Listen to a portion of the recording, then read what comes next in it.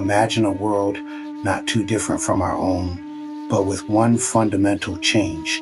A world where the great holy books, the Bible, the Torah, and the Quran were merged into a single unified text. They called it worship, the merge of the books. This wasn't a conquest or a forced conversion. It was a revelation, a global awakening. Humanity in all its beautiful diversity of colors and cultures found common ground. The focus shifted away from prophets and messengers to the singular concept of the Most High God, a universal source of creation and morality. For a time, it seemed like the dawn of a new golden age. Peace wasn't just a dream, it was the everyday reality. People from every corner of the globe, who once saw each other through the lens of religious division, now saw each other as siblings under one divine presence. They worked together, built together, and dreamed together. The old conflicts and historical grievances faded into memory, replaced by a shared sense of purpose and unity. It was a world where compassion and understanding were the highest virtues. But peace, as history often teaches us, can be a fragile thing.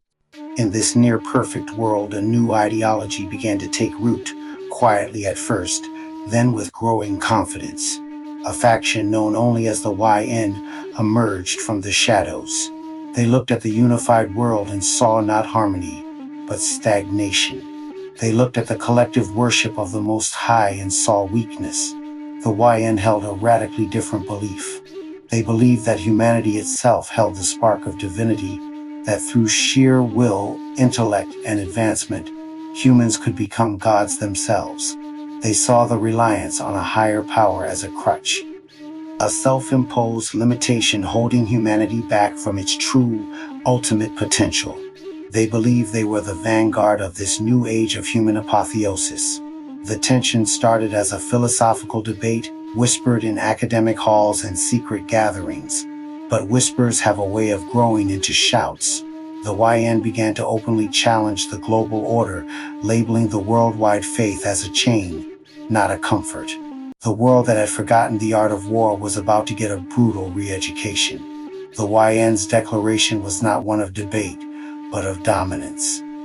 They believed their ascension to godhood required them to break the old world, to shatter the very foundations of the global faith.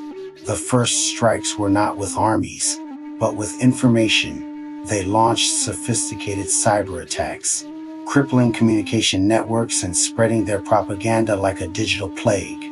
They sowed seeds of doubt, reawakening old tribal instincts and fears that unity had supposedly erased. They tried to turn neighbor against neighbor once more, using tailored misinformation to prey on the slightest hint of discontent. But the unified world, though peaceful, was not weak. The shared faith had forged bonds of trust that were harder to break than the YN anticipated. When psychological warfare failed to fracture society, the conflict escalated into open war. And this was a war unlike any humanity had ever seen before. The battlefields of the past, trenches, open fields, and city streets were obsolete. The new war was fought on fronts both physical and digital, a terrifying symphony of advanced technology. Imagine swarms of autonomous drones, the size of insects, capable of delivering pinpoint strikes or forming impenetrable defensive screens. They moved with a hive-mind intelligence, anticipating tactical maneuvers before they were even made. Soldiers on the ground were encased in exoskeletons, granting them superhuman strength and endurance. Their helmets weren't just for protection. They were advanced augmented reality interfaces, feeding them real-time data on enemy positions, biometric readings of their squad, and tactical overlays of the environment. A soldier could see through walls with thermal imaging, tag a target for an automated turret miles away, and communicate silently with their entire platoon through neural links. Rifles no longer fired simple bullets. They launched smart projectiles that could alter their trajectory mid-flight to seek out a designated target. The very concept of a frontline blurred and disappeared. The YN, being the instigators and champions of technological supremacy, often had the upper hand. They deployed walking tanks, massive quadrupedal machines that could traverse any terrain, bristling with an arsenal of laser cannons and railguns.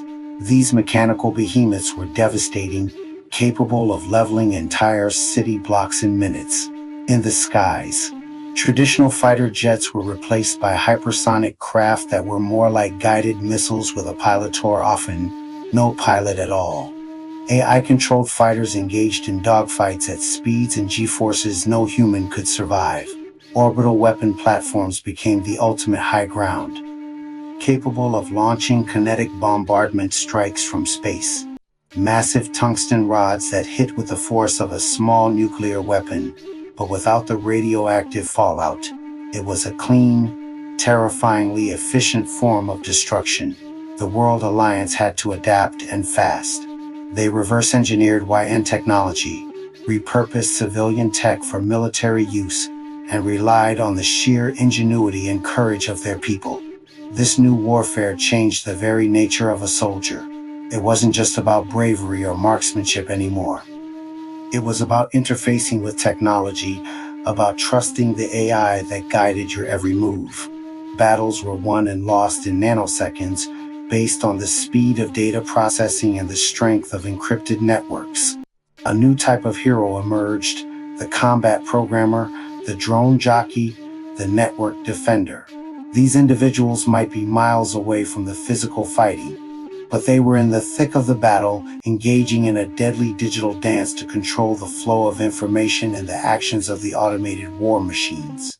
Hacking an enemy's drone swarm was as effective as taking out a tank.